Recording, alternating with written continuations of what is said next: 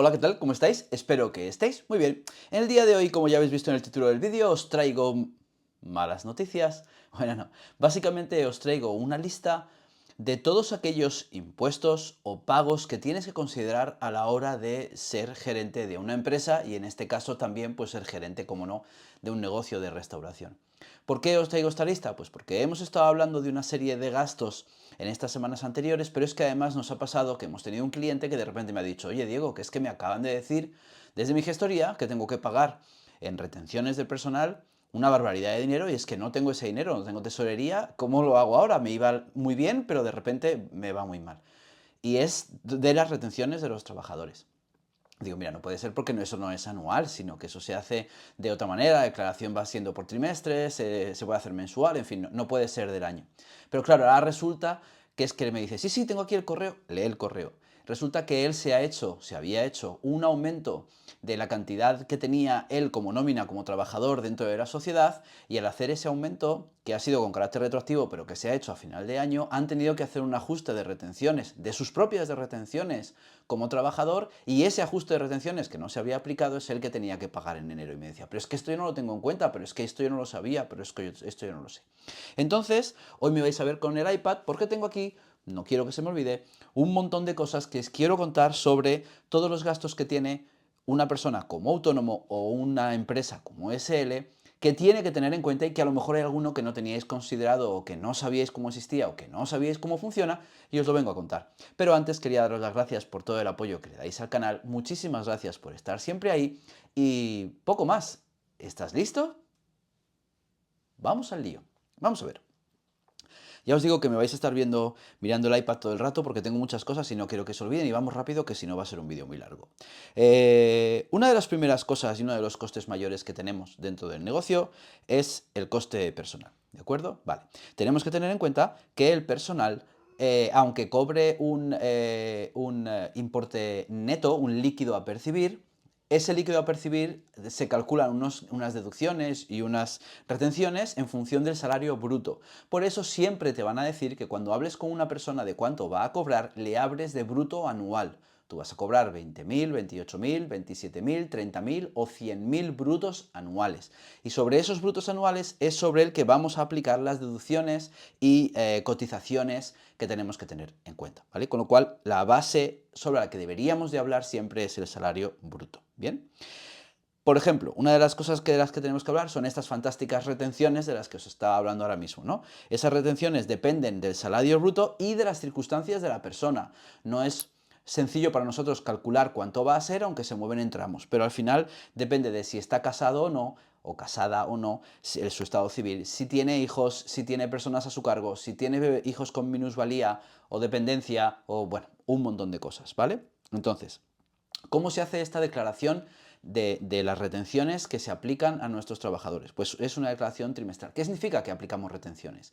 Que si sobre el salario bruto esta persona tiene que cobrar 2.000, le hacemos una retención a cuenta del pago de IRPF que después se restará cuando esa persona, ese trabajador, vaya a hacer la declaración de la renta. Básicamente es un adelanto sobre la declaración de la renta que pagamos nosotros en nombre de nuestro trabajador, ¿de acuerdo? Entonces, ¿qué es? Bueno, se hace sobre el modelo 111, como os decía. Es un modelo para declarar a Hacienda las retenciones practicadas en la nómina de los trabajadores.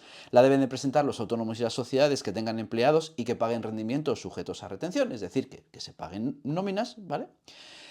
¿Cuándo se pagan? Son trimestrales y se pagan el primer trimestre el 20 de abril, el segundo trimestre el 20 de julio, el tercer trimestre el 20 de octubre y el cuarto trimestre ahora en enero, el 20 de enero, ¿vale? ¿Qué tenemos que poner en el modelo 111? Pues el número de trabajadores y el total de retención practicada. Por ejemplo, si tengo 3 trabajadores, se le han retenido 225 euros al mes, serían 3 trabajadores por 225 por 3 meses. Bueno, pues son 2.025 euros. Perfecto, pues eso es lo que tendría que pagarle a Hacienda en ese modelo 111, 2.025 euros. Y es algo que tenéis que tener en cuenta, que porque muchas veces consideráis que vuestro coste de personal son los 1.500 euros, 1.800 euros que le pagáis al tío, pero realmente no es así, es que de ese importe hay una parte del bruto que es una retención que vais a pagar dentro de 3 meses, con lo cual evitaros sustos, informaros de cuál es vuestro coste de las retenciones para ir guardándolo cada mes como coste de personal y de esa manera poder pagarlo en el 111 en la fecha en la que toque, sin que nos llevemos sustos o nos quedemos sin tesorería. Ese 111 tiene otro documento que es el 190, que es básicamente el resumen de todas las retenciones que se han practicado durante todo el año a todo nuestro personal, ¿vale? Básicamente detalla cada nombre, CIF, NIF, cada nombre, NIF, salario bruto anual y total de retenciones practicadas. Por ejemplo, trabajador 1, total del bruto anual 18.000, IRPF, 15% de 18.000, 2.700 retenido. ¿Para qué? Para que cuando el trabajador vaya a presentar la declaración de la renta, se le reste lo que ya haya pagado retenido de su nómina directamente y adelantado a Hacienda por nuestra parte en esos trimestres. ¿Lo entendéis? Pero es un gasto de personal que debéis tener en cuenta y que normalmente no tenéis en cuenta. ¿De acuerdo? Las diferencias entre el autónomo y la sociedad en este caso no existen, es el mismo para ambos, se deben calcular las mismas retenciones, son los mismos modelos, el 111 y el 190, es exactamente igual, ¿vale? Muy importante, si se trata de una sociedad, todas aquellas retenciones que se apliquen a los administradores de la sociedad también se deben incluir en ambos modelos. Y si un autónomo contrata servicios de otro profesional que emite facturas con retención, debe incluir esta retención en el 111 y en el 190. Por ejemplo, si vosotros contratáis a las consultores, yo soy un autónomo y vosotros también sois autónomo o SL, cuando yo os paso la factura, os la paso con una retención del 15%. ¿Qué significa eso? Que si yo os cobro 1.000 euros, por ejemplo, para hacer una cifra redonda y sencilla, nosotros no cobramos 1.000 euros, pero si cobro 1.000 euros, yo te hago una factura con 1.000 euros y te quito el 15% de la retención, es decir, te aplico un 15% de retención. Tú me retienes en mi nombre a mí de esos 1.000, pues el 15%, 150 euros. Con lo cual yo no recibo 1.000 euros, yo recibo 850 realmente. Pero yo te sigo costando 1.000. O sea, lo que no significa es que cuando dentro de 3 meses tengas que practicar mis retenciones y te digan que son 150 de mis retenciones por 3 meses, 450 euros, hay veces que algún cliente me ha dicho, no, es que tú me estás facturando y además me cuestas 450 euros más cada 3 meses. No, no, no, es que no me estás dando 1.000, me estás dando 850. Me estás quitando de lo que me tienes que dar una parte que ahora, 3 meses después, tienes que entregar a Hacienda. ¿Lo entendéis? Perfecto. Vale. Una vez que tenemos las retenciones aplicadas, hay otro coste que sí conocéis, pero que debéis entender, que es el coste de la seguridad social. Y aquí hay dos partes, una parte a cargo del trabajador y otra parte, la seguridad a cargo de la empresa. A cargo del trabajador es el 6,35% del salario bruto, otra vez, como veis, todo se calcula a través del bruto, con lo cual, a cargo del trabajador, el 6,35% del salario bruto. Y a cargo de la empresa, depende, pero normalmente es entre el 30 y el 34% del salario bruto. 30 o 34% del salario bruto son los costes de los seguros sociales. ¿Qué incluye ahí? Pues contingencias comunes el 23,6%, desempleo el 5,5%. Por cierto, si son contratos temporales, este desempleo no es el 5,5% del salario bruto, sino el 6,7%. ¿Vale? Nos cuesta más en nuestra seguridad social a cargo de la empresa el hecho de hacer un contrato a gente con contrato temporal, ¿vale?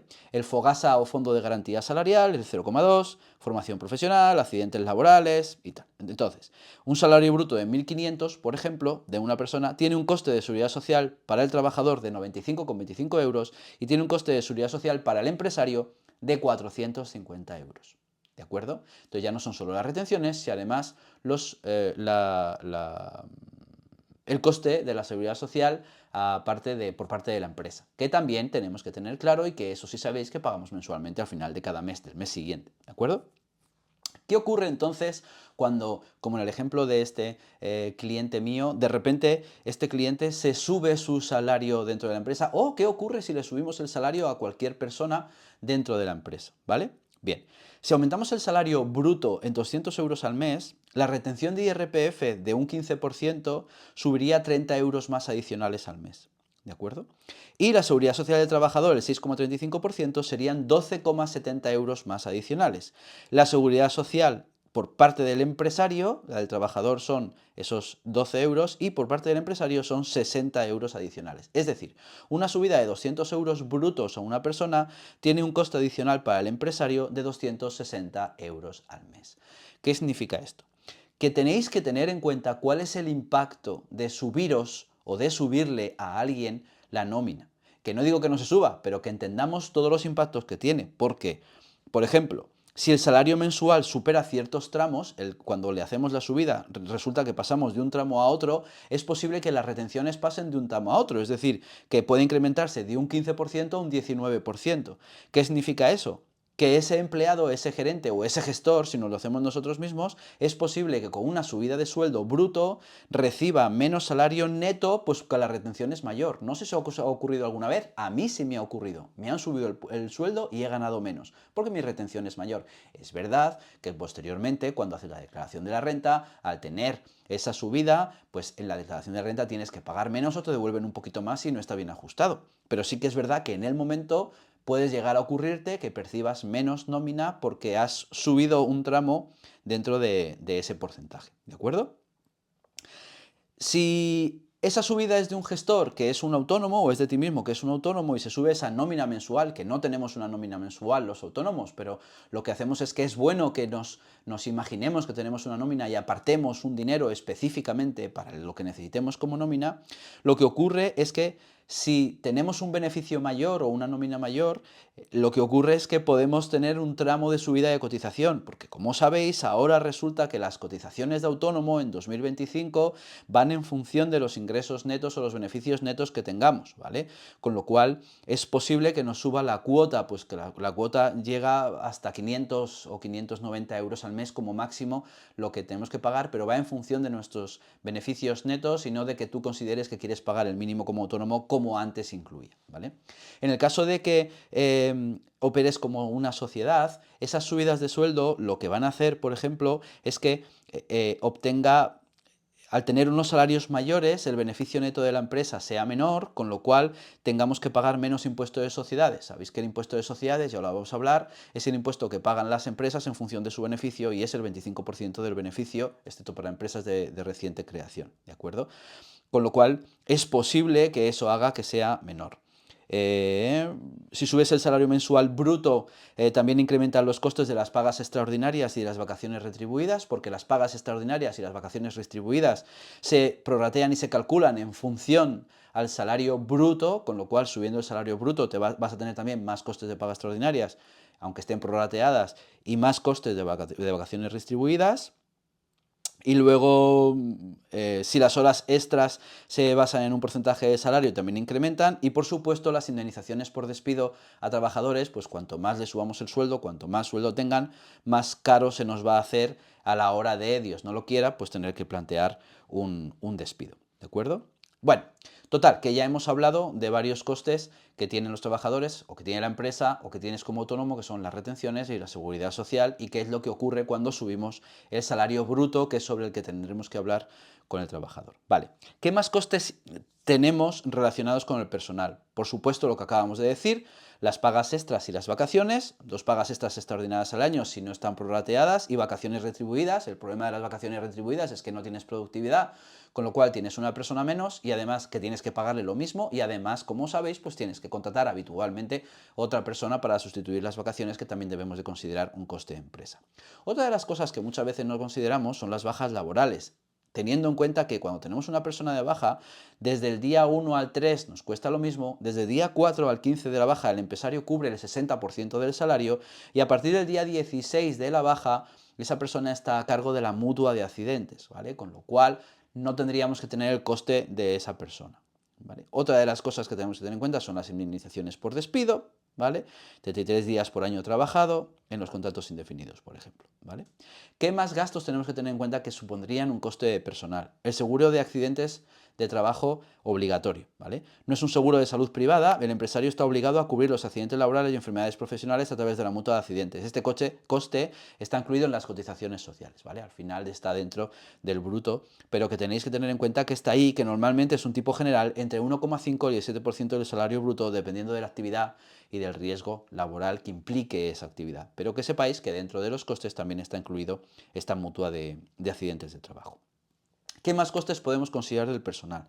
Pues la formación obligatoria, manipulación de alimentos, prevención de riesgos laborales, el equipamiento y uniformes, ropa de trabajo, calzado obligatorio, la prevención de riesgos laborales, evaluaciones periódicas de seguridad, implementación de medidas específicas según el puesto de trabajo. Todo eso son costes que tendríamos que tener asumidos, que es verdad que muchas veces van en función de esos puntos que conseguimos de la seguridad social y tal, pero bueno, que sepáis que eso también es un coste. Otro coste que tenemos que tener muy claro es el coste por rotación de personal, y es algo que antes no teníamos tan a la mano y que ahora cada vez tenemos que tener más. ¿Por qué? Pues porque cada vez tenemos una rotación de personal mayor, cada vez sacamos más gente a la calle porque no hay gente preparada para trabajar o vienen sin ganas de trabajar, y eso hace que unas altas tasas de rotación impliquen costes adicionales, como por ejemplo en formación de nuevos empleados, bajas de antiguos trabajadores que al darles la baja hay que indemnizarles, por poco que sea, y por supuesto que durante ese tiempo tenemos una importante pérdida de productividad en el negocio o en el restaurante. ¿De acuerdo?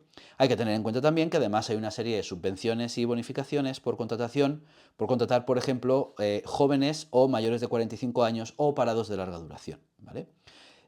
Teniendo en cuenta además lo que os decía antes, que los contratos temporales tienen una mayor cotización a la seguridad social, tienen desde el año 2023 un 40% más adicional al coste que ya tendrían, y los contratos fijos y continuos tienen también una serie de requisitos especiales de cotización que tendríais que mirar como costes de personal, ¿de acuerdo? Bueno, evidentemente si trabajas con una gestoría laboral, aunque sea un externo, pues también supone un coste que debes tener considerado como dentro de los costes de personal, ¿de acuerdo? Bueno, entonces, ¿qué más impuestos tenemos? Hemos hablado del modelo 111 de la declaración trimestral de retenciones practicadas a los trabajadores, ¿vale? Que es la que tenéis que tener en cuenta y que habitualmente no consideráis, que es el modelo 111, y luego tenemos el modelo 115, que es la declaración trimestral de retenciones por alquileres y locales, es decir, tu local, si te cuesta 1.000 euros, una vez más, a ti te cuesta 1.000 euros según el contrato, pero tú pagas 850 porque tiene una retención del 15% aplicada, que es lo mismo, esa retención tú la tienes que coger y presentarla en nombre de el dueño del local a Hacienda, y lo haces a través del modelo 115. ¿De acuerdo? Con lo cual también tenéis que considerar que el alquiler tiene una retención que tenéis que pagar. ¿Qué otros impuestos hay? Pues otros impuestos locales como tasas municipales, ¿vale? Tasa de recogida de basuras, terraza, licencia de apertura, todo ese tipo de cosas si la tenéis controlada, ¿vale? Bueno, luego tenemos por supuesto el IRPF, perdona que es que me está dando esto aquí, no sé si hace mucho ruido. El IRPF, que tiene una periodicidad con liquidación anual, que se hacen en el 130, ¿de acuerdo? Que ya hemos hablado de ellos. Y luego, más impuestos que tenemos que tener en cuenta. El IVA tiene una periodicidad trimestral, es el modelo 303 y el 390 en el resumen anual. ¿Cómo funciona? A ver, nosotros tenemos un IVA repercutido, es decir, el IVA que nosotros repercutimos en las facturas emitidas, que normalmente en la hostelería es el 10%, y un IVA soportado con las compras y gastos deducibles que tenemos. Si el IVA repercutido es mayor que el soportado, es decir, si has cargado más IVA del que has reducido comprando, tienes que pagártelo a Hacienda. Por ejemplo, si facturas 20.000 euros trimestrales a un 10% de IVA y tienes gastos deducibles por 1.000 euros de IVA, significa que el IVA repercutido son 2.000, el IVA soportado son 1.000, con lo cual tendrías que pagar 1.000 euros en esa declaración de IVA. Si queréis saber cuánto IVA tenéis que pagar, os lo he dicho muchas veces en los vídeos, al final lo que tenéis que hacer es que de los ingresos con IVA que tengáis mensualmente, lo multiplicáis por un 4,5% y aproximadamente eso es lo que vais a tener que pagar de IVA una vez quitado al IVA repercutido el IVA soportado.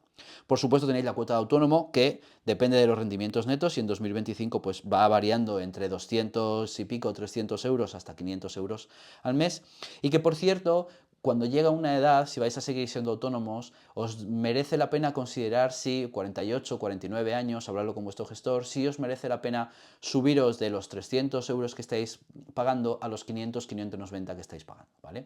Son 290 euros de diferencia, que al final es como si fuese la seguridad social que pagas a otro empleado, pero eso va a hacer que te quede, si es que cuando lleguemos a jubilarnos nos quedan todavía hay estos, ¿cómo se llama? Bueno, jubilación, ¿no? Si te dan la prestación por jubilarte, pues en ese caso te quedaría muy cerca o la máxima mensualmente, y si tienes algún accidente o alguna historia, pues por lo menos que te quede algo más mensualmente de lo que te quedaría pagando el mínimo, ¿vale? Tenéis que tener en cuenta además que si pasáis, por ejemplo, de 300 a 500 euros, que son 200 euros más al mes, tenéis que considerar que eso es un gasto de empresa, con lo cual no vais a pagarlo en vuestro IRPF. Si de IRPF estáis pagando un 40%, significa que de esos 200 euros estáis dejando de pagar un 40%, que son 80, serían 120 euros al mes, porque esos 80 serían impuestos que tendrías que pagar al no hacerte esa subida de retención o de cuota de autónomo. Con lo cual casi que merece la pena hacer eso, ¿vale? Si eres un autónomo, además, tienes que tener en cuenta que cuando facturas a otro autónomo o a otra empresa, tienes que hacer una retención del 15% en factura. Por ejemplo, lo que os decía, si yo facturo 1.000 euros a una empresa, perdón, sí, a una empresa o no a un cliente final, sino a una empresa, mi retención es del 15%, que son 150 euros, yo recibo 850 euros, ¿vale? Es bueno simular una nómina fija, correcto. Otros impuestos que son menos comunes, por ejemplo, estaría el impuesto de actividades económicas o IAE, está es el exento si se factura menos de 1.000.000 de euros al año, pero que sepamos que si facturamos más de 1.000.000 de euros al año tendríamos que estar pagando el impuesto de actividades económicas o IAE, ¿de acuerdo? Y luego, ¿qué impuestos tienen las sociedades? Hasta aquí estarían los impuestos de los autónomos. ¿Qué impuestos tienen las sociedades cuando sois SL? Bueno, el impuesto de sociedades como tal, ¿vale? Hay que tener en cuenta que nos obligan a hacer un pago a cuenta del impuesto de sociedades. ¿Qué es el impuesto de sociedades? Es el 25% de los beneficios netos. Ingresos netos menos gastos deducibles. Aquello que me puedo deducir, eso me deja un beneficio, de ese beneficio tengo que pagar el 25% sobre eso. Sí que es verdad que empresas de reciente creación, durante los 2 primeros años, si tienen beneficios, tienen un tipo reducido del 15%, pero habitualmente es el 25%. Lo único que sepáis que hay que hacer pagos a cuenta trimestrales en el modelo 202, es decir, en función de los beneficios que vas obteniendo hay que ir haciendo pagos a cuenta y que se hace una liquidación anual en el modelo 200 al final del año en función de cuál haya sido realmente el beneficio. Por ejemplo, si un restaurante tiene 100.000 euros de ingresos y 60.000 de gastos deducibles, se le queda un beneficio neto de 40.000, sobre ese beneficio neto de 40.000 tendrían que pagar el 25% de impuesto de sociedades, es decir, tendrían que pagar 10.000 euros de impuesto de sociedades en este caso. El IVA es igual que el de los autónomos, el modelo 303 y el 390, 303 trimestral y 390 anual de la misma manera, IVA repercutido menos IVA soportado. Luego tienen retenciones de IRPF exactamente igual, ¿vale? Como sociedad está obligado a retener el pago de los trabajadores, el 111 y el 190 anual, 111 trimestral y el 190 anual, ¿vale? Luego, si el administrador cobra una nómina, tiene que aplicar retenciones de IRPF, exactamente igual, como si fuese una nómina normal. Este importe se paga a Hacienda a través también del 111. El modelo 202 ya lo hemos hablado, obligatorio si tu SL... Ah, no, el 202 no el 200, el 202 es si tu SL factura más de 600.000 euros en el año anterior. En este caso, pagas a cuenta un porcentaje del beneficio estimado para ese año. Bien, el impuesto a actividades económicas y otros impuestos municipales, exactamente igual. Ahora, otra cosa, claro, muchas veces, y ya lo hemos visto en un vídeo, me decís, bueno, claro, entonces si una sociedad paga solamente el 25% del impuesto de sociedades y un autónomo puede llegar a pagar el 40 o 45% de su beneficio, pues es mucho mejor ser SL porque solamente pago el 25%. Bueno, no es real, porque tienes que tener en cuenta que también está el IRPF de tu nómina, tienes que tener una nómina, y esa nómina tiene IRPF, con lo cual eso tendrías que sumárselo también para igualarlo al del autónomo. Y luego hay otra cosa muy divertida, y es cuando el dinero que queda en la sociedad te lo quieres repartir porque eres el dueño. Cuando eres autónomo, el dueño que queda en la empresa es tuyo después de pagar IRPF, pero cuando tienes una SL no, el dinero es de la SL y te lo tienes que repartir. Bueno, cuando te repartes esos dividendos, hay una doble imposición muy curiosa, y es que cuando los dividendos llegan al socio, que es después de quitar el impuesto de sociedades, este debe tributar por ellos en el IRPF dentro de la base de ahorro, es decir, no son rendimientos del trabajo ni de actividades económicas, sino considerados ahorro, ¿vale? Y este ahorro que recibes, es decir, este dinero que a la empresa le ha sobrado a final de año y que te lo quieres quedar tú, tiene diferentes tramos. En 2025 es el 19% hasta 6.000 euros. Es decir, si tú coges 6.000 euros de la empresa, resulta que tienes que pagar el 19%. A partir de 6.000 euros hasta 50.000, el 21%, y así va escalando hasta el 27% de impuesto del ahorro sobre los dividendos de la empresa.